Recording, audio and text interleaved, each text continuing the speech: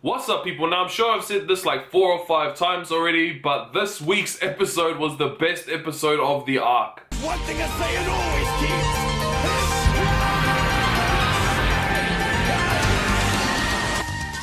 So last week's episode was awesome for obvious reasons. Vegeta, he was going crazy, he looked like he was doing real well, and then Jiren just out of nowhere knocked him out. But in this week's episode, you see Goku fully just showing off how awesome of a fighter he is, how awesome of a martial artist he is. All the strategies he used on Jiren just to get an opening to try win the fight were amazing. And it's like I always say, Goku is just a genius. This is what he does. Funny how he obviously can't win with brute strength. He's decided to get strategies where he can just catch him off guard and then finish it with one blow. Unfortunately, that opportunity really didn't arise, but we did see a couple times where Goku looked like he had it in the bag. Well, it wasn't actually a couple moments, it was one moment in particular. Goku laying down the landmines was cool, but it didn't actually work, but it did help him get to the final strategy. Jiren uses the One Destructor Disc he catches to cut down where Goku was standing. That pillar that fell just over the ring. Goku is so clever because he ends up switching positions with Jiren while he's on the edge that is almost off. Then pretty much fakes being knocked out. Jiren's going for the final blow when underneath him, Destructo Discs come and they cut it all open. Jiren's starting to fall, but he can obviously make it. He tries to blast Goku when Goku does his instant transmission, gets over the top of him and kicks this mother. That obviously didn't work. How cool did Jiren look when he just, all his aura went red and he jumped his way back up to the ring? But what a friggin' strategy, man. Goku on the fly took this strategy obviously from Krillin but made it his own and was able to use the instant transmission to get the drop on Jiren. I was honestly going nuts for this. I could not believe that he made up this strategy and almost got him out. Also, how cool did he just look standing there like, man, I kind of thought this wasn't gonna work, but I left more traps and he just walked straight through them. And to quote Belmont, the God of Destruction from Universe 11, we only just got to see a little bit of Jiren's full power, just a little hint of his full power. Which is obviously so crazy that Goku was actually shocked by the punch that he gave him and just went back to the base form. He went from blue back to base form. That's how much it freaked him out. He said it's the strongest attack he's ever felt from an opponent, and he's fought our universe's God of Destruction. Granted, not at 100%, but he still fought him. Plus, they said that Jiren's not even at full strength now. How crazy was it when Krillin's like, what attack is that? And their Kai is just like, oh, it's just one of Jiren's punches. This guy is starting to bite a lot of stuff from One Piece. Last week, Jiren decided he would use Luffy's Gatling gun, and now he's starting to use his jet pistol. What the hell? So all that was cool. It's cool to see Jiren getting up to his full power, but then we see the craziest shit. Goku and Vegeta both rallied together saying, look, you're strong, but we're gonna beat you anyway. Goku powering up to Kaioken Super Saiyan Blue, and then Vegeta powering up to his new Super Saiyan Blue form, which looked insane. And this is honestly so cool for the Dragon Ball community because a lot of us had been complaining before about the Saiyans from Universe 6, how they transformed. There was a little tingling feeling in their back. None of us really didn't like that. And this transformation just seemed like he was going back to the base root of how it all happened, the anger. But it looked like it was a bit more than just anger. It looked like Vegeta tapped a lot more into sort of, I'd say, love. Because as we know, the Super Saiyan Blue transformation can't be achieved by anger alone. It has to be controlled. You need God Ki, and the God Ki needs to be calm from within you. So obviously Vegeta still needs to keep that kind of composure, but thinking about how Kabe and everyone else has died from Universe 6 and he wanted to bring them back, looked like that love and admiration has pushed him past the point. He's gone through his shell and he's hit a new form that is not Ultra Instinct, which is awesome. It's cool to see Vegeta, he gets his own sort of transformation. He did say last week that Goku can have Ultra Instincts, he wants something better. And honestly, I'd say that this is more of a Super Saiyan transformation. With Ultra Instinct, it's been explained that this is not just a form only for Saiyans. This is for anyone that can reach that point.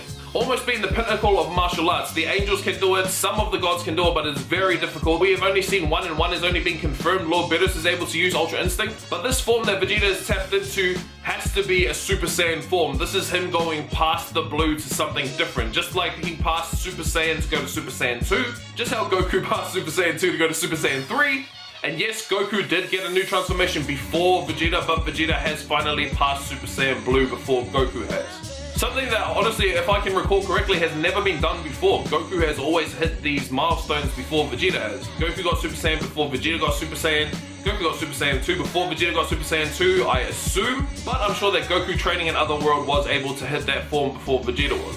And now Vegeta has gone past Super Saiyan Blue to this new form. What could it be? I'm not sure. Like I said last week, they could be calling it Super Saiyan Blue 2, a perfected Super Saiyan Blue. And also, like I said last week, his eyes are a different shade of blue, and his whole aura is different. It sort of seems like his whole aura is kind of like Super Saiyan God was, with all the sparks flying up, but this is all completely blue, and it's a different shade of blue. Is it stronger than Super Saiyan Blue Kaioken though? That much we don't know right now. We see that Jiren says that both of their punches are sharper than they were before, so Jiren has acknowledged that both of them are stronger than they were recently, but it doesn't say who is stronger. He's crediting that to saying that they aren't actually in perfect sync, their combinations aren't perfect, they're not working together per se. That's what's catching him off guard. Goku and Vegeta working together but not perfectly in sync is pushing him thinking, yo, what's going on? These guys are just sort of attacking by themselves. So man, this is a crazy episode, and honestly, I just want to see them fight. Everyone else can just wait a minute. I'd be happy if you all just jump off the sides and let Goku, Vegeta, and Jiren fight, please. But there are other characters fighting right now, so let's talk about them. Frieza fighting Dispo. Obviously, Dispo finally realizing that Frieza is not the punk that he thought he was and running away after Frieza decided he would shoot him. Pretty boring and more exciting news, when Gohan and 17 were fighting Toppo, it was actually a really smart strategy to use the barrier to kick them both out. Unfortunately, 17 kind of underestimating Toppo. I think he should have thought that, oh, maybe he'll hit me and my barrier will drop down. It's honestly going to be crazy if the both of them beat Toppo, because Toppo is in line to be the god of destruction. He's obviously got the power of a god, and 17 and Gohan don't. So I'm really not sure how Toppo's run's going to end, and honestly, going to the next episode, Frieza and Gohan are going to be fighting Dispo, so what the hell is 17 going to do by himself? So transitioning from that into spoiler news, it does say that Frieza in the next episode is going to talk to Dispo saying, hey, if you wish me back with the Super Dragon Balls, I will help you guys out to defeat my universe. Which is very sinister of Frieza. Who knows what he's doing? This could be another ploy like he did before. Last time he tricked Frost into working together with him and then he backstabbed him. This could be the same thing, but I'm really not so sure about that. This does seem like it's going to be the episode where Gohan may fall out of the ring. Gohan and Frieza will be fighting together, and then Frieza will strike this deal with Toppo, and maybe he'll just push Gohan off when he doesn't realize it. This could be a possibility, but another one could be that Frieza is just trying to get in Dispo's head, and that's how he's going to take him out. But at any rate, it looks like at this point Frieza is going to try and crack a deal with Universe 11 so he can be wished back. And then we've also got these titles for spoilers. Advent of the God of Destruction Toppo, there is only overwhelming power. That seems like it suggests that Toppo is going to finally unleash his full power and that he may be too much for everyone else. Then we have another exciting one. Surpass even a god, Vegeta's life-risking blow. Now that to me sounds like Vegeta's gonna push his new power to its maximum limit. It sort of sounds like how Goku did the Super Saiyan Blue with Kaioken, that if he didn't do it correctly, that he would have just exploded pretty much, his body wouldn't have been able to hack it and he would have been destroyed by it. That's the kind of vibe I'm getting from this sort of title, that Vegeta's gonna push it to his limit and that if something's wrong or something's off, that it's going to kill him. Now this could be his final attack or maybe just another power up on top of that, but it does sound like it's gonna be a crazy episode. These next 3 episodes sound crazy, and there's only 7 minutes left to go. Last week was 8, at the end of this week there's 7, so I'm guessing that we're just going through these by minutes now. And from this point on, every episode should be about a minute. Hopefully it doesn't go past that, because I'm really enjoying it right now, and honestly, I don't want to see it end. Like, 7 more episodes is fine with me. There's still a lot of questions too, like how Goku's now in Kaioken and Vegeta's in this new form. Will Vegeta go and fight someone else? Will Vegeta go and fight Toppo in his new form, and will Goku get to Ultra Instinct in time? When's the last time he used Ultra Instinct? When we saw him fight Kefla? Will we not see Ultra Instinct again? And also the biggest question, how strong is this new Super Saiyan Blue form? Everyone can tell that it's a lot stronger than it was before. This episode was super hype. I'm honestly so happy for it.